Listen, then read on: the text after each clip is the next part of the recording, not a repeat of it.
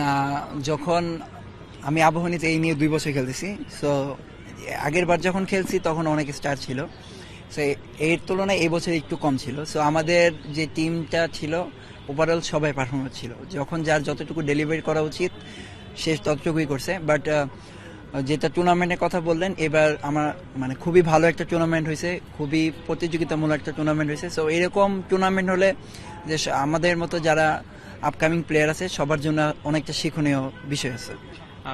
League ম্যাচে মোহামেডানের কাছে হেরেছিলেন আপনারা, তো এই ম্যাচের শুরুতে প্ল্যানিংটা আসলে কেমন ছিল?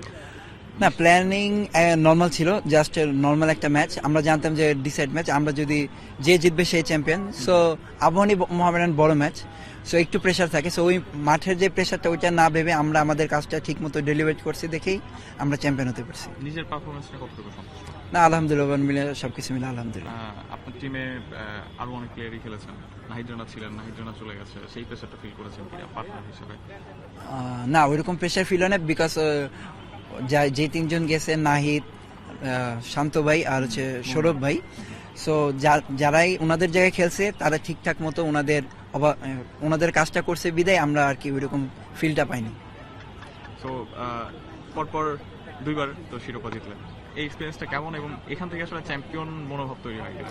অবশ্যই চ্যাম্পিয়নের ফিল আপনি চ্যাম্পিয়ন না হলে বুঝতে পারবেন না। সো চ্যাম্পিয়ন একটা হ্যাবিটের বিষয়।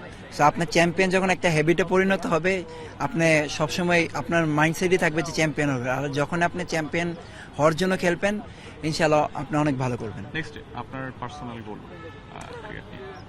পার্সোনাল গোলতে সবসময় ভালো করা, যা আছে তার থেকে আরো বেটার করার। ইনশাআল্লাহ চেষ্টা করবো যা আছি তার থেকে আরো বেটার করার।